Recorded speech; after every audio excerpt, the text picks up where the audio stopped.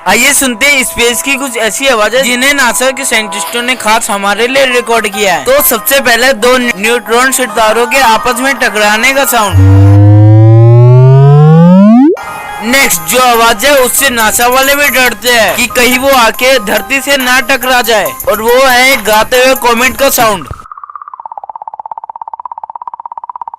Next है मंगल ग्रह के चंदा मामा की आवाज।